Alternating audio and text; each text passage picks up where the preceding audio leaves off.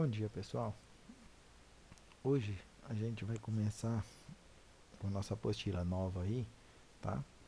E a gente vai falar sobre triângulos, tá? Então, o capítulo abre com esse relógio aqui. Alguns conhecem ele como o relógio de sol, tá? Então, olha só. Ele fala assim, ó, o relógio de sol apresentado na foto tem um gnomon. A sua ideia original, o gnomon da sua ideia original, porque a ideia original é essa figurinha que está do lado aí, ó, era somente um pauzinho, uma varinha, tá? Retinha. Na forma mais simples, um gnomon consiste apenas em uma vara fincada no chão. Provavelmente foi o mais antigo instrumento astronômico construído pelo homem. A sombra projetada era suficiente para marcar o tempo, como indicado na figura, tá?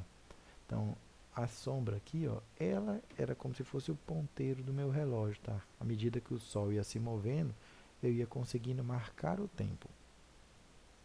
Não que eu soubesse ver as horas ainda, tá bom? Eu conseguia marcar tempo.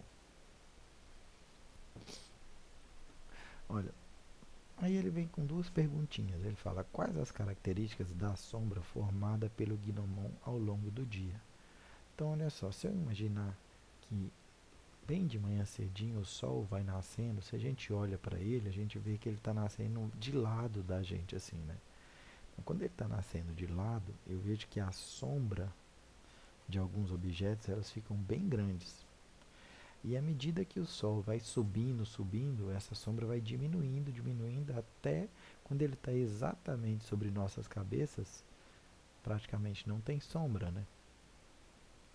A gente não vê nossa sombra, não forma a sombra dos objetos, porque ele está em cima. E depois ele começa a descer, na hora que vai entardecendo.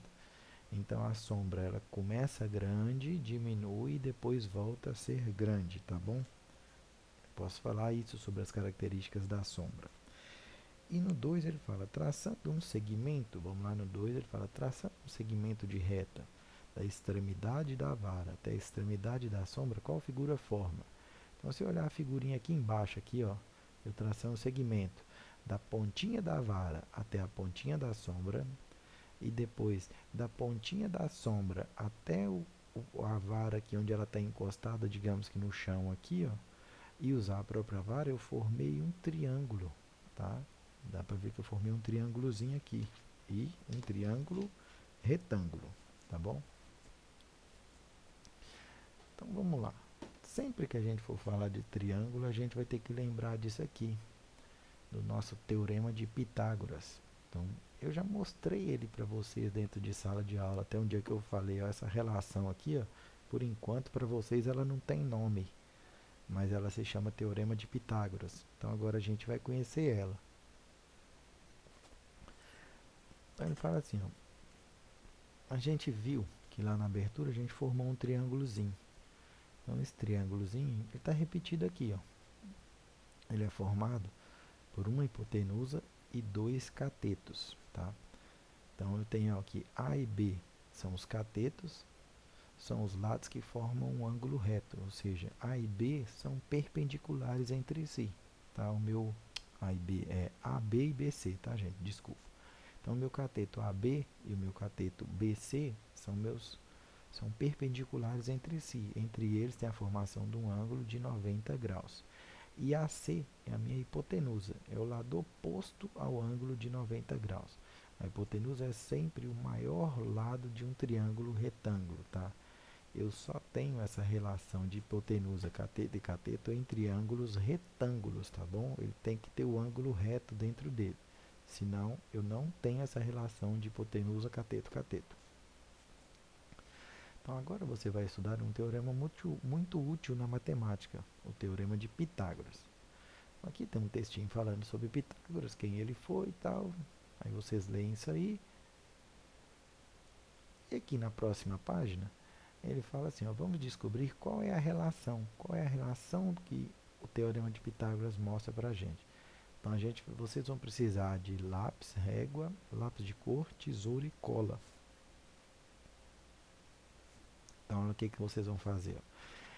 Na letra A ele fala, na página 1 do material de apoio, tá? Observe a figura formada por um triângulo, retângulo e por quadrados construídos sobre seus lados.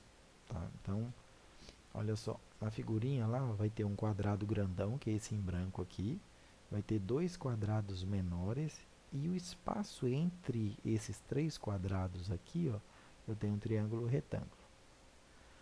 Então, usando a simetria da reflexão, a gente vai desenha a imagem do quadrado maior, considerando a hipotenusa do triângulo como eixo de simetria, como se você pegasse o triângulo, o quadrado branco grandão aqui, ó, e dobrasse ele por cima do triângulo retângulo aqui, tá bom? Então, a hora que eu dobrar ele por cima do triângulo retângulo aqui, ó, ele vai formar isso que está formando aqui, ó. Eu tinha os dois quadrados, então eu vou ter o quadrado partido em um pedaço aqui, ó, e esse quadrado maiorzinho aqui, ele vai estar partido em três partes. Uma que o quadrado grande ficou sobre ela e duas outros triângulozinhos que ficaram do lado de fora dele. Aí vocês vão apagar as linhas que ficarem fora dos quadrados menores. Com isso, o quadrado menor ficará dividido em duas partes e o quadrado médio em três, que é bem o que está aqui. Ó. O quadrado menor ficou em duas partes, o quadrado médio ficou em três. Tá? Pinte cada uma dessas partes de uma cor. Vejam um modelo de como pode ficar. Então aqui tem um modelinho de como ele vai ficar. Então vocês vão fazer isso, vocês lá usando material de apoio. Tá? Vocês podem escolher qualquer cor que vocês quiserem aí. Aí na letra C ele fala recorte as 5 partes coloridas e também o quadrado maior. Você vai recortar tudo aí, ó. Então o quadrado menor vai ficar em duas partes, o quadrado médio vai ficar em três partes e o quadrado grandão fica inteirinho mesmo, tá? Aí ele fala, depois tente recobrir o quadrado maior usando as 5 partes coloridas. Você vai ter um quebra-cabeçazinho aí. E você vai conseguir recobrir, tá? Você vai de um jeito encaixando elas aí, você vai conseguir tampar todo o quadrado branco com os pedacinhos de quadrados coloridos que você recortou aí, tá bom?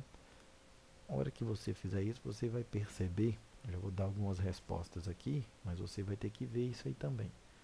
Você vai perceber que a área do quadrado branco grandão aí, ela é igual à área dos dois quadrados menores. Você vai perceber que se você consegue cobrir o quadrado branco com todas essas figuras coloridas que você obteve aí, significa que a área disso tudo é igual, tá bom? Então, na letra D, essa é a primeira relação que você vai ver. Ele fala qual a relação entre a área do quadrado maior e as áreas dos outros dois quadrados. Então, a relação que você vai perceber é que a área do quadrado maior é igual ao somatório da área dos dois quadrados menores. Essa é a primeira relação que você vai perceber. E depois, na letra E, ele fala assim, chamando a medida de hipotenusa, chamando a medida da hipotenusa do triângulo retângulo A, qual é a área do quadrado maior? Então lembra, o espaço entre os três quadrados aí está formando um triângulo retângulo, não é? Eu tenho meu ângulo de 90 graus lá, então eu tenho um triângulo retângulo. Ele está falando que a hipotenusa dele, que é o maior lado desse triângulo, vale A. Chamando ela de A, ele fala aqui qual é a área do quadrado maior. Ou seja, se a hipotenusa vale A, ele está me dizendo que os lados do meu quadrado valem A, não é? A hipotenusa não é igual a um dos lados, como ele é quadrado, é igual a todos. Então, qual seria a área do quadrado maior? Vai ser A vezes A. Isso vai ser igual a ao quadrado, tá bom? Então, a letra E, eu acabei de dar a resposta dela aí. Na letra F, ele fala, chamando as medidas dos catetos de B e C, tá? Qual é a área dos quadrados menores? Olha, se eu pegar aqui, ó, meu quadrado menor, aqui, ó, eu vou ver que ele é igual a um dos catetos, não é? E o meu quadrado médio aqui, ó, ele também é igual a um dos outros dois catetos. Então nem importa eu saber qual que eu chamei de B e qual que eu chamei de C, não importa que eles são os catetos. Então, se um dos catetos vale B e ele é a aresta do meu quadrado aqui, ó, então a área disso aqui vai ser igual a B vezes B vai ser igual a b ao quadrado. E a área do outro vai ser igual a c ao quadrado, tá? Então, eu posso falar que a área do quadrado menor, vamos chamar de b, vai ser igual a b ao quadrado. E a do quadrado médio vai ser igual a c ao quadrado. Agora ele fala assim na letra G. Com base nas respostas anteriores, escreva uma relação que envolva a medida da hipotenusa e as medidas dos catetos.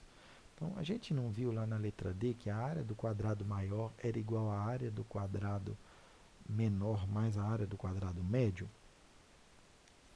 Então, a gente vai escrever isso aqui, ó. A gente vai escrever que A ao quadrado, não é? Que a gente viu que era a letra E, vai ser igual a B ao quadrado mais C ao quadrado. Não é isso? Então, A não era a nossa hipotenusa, B não era um cateto, C não era outro cateto.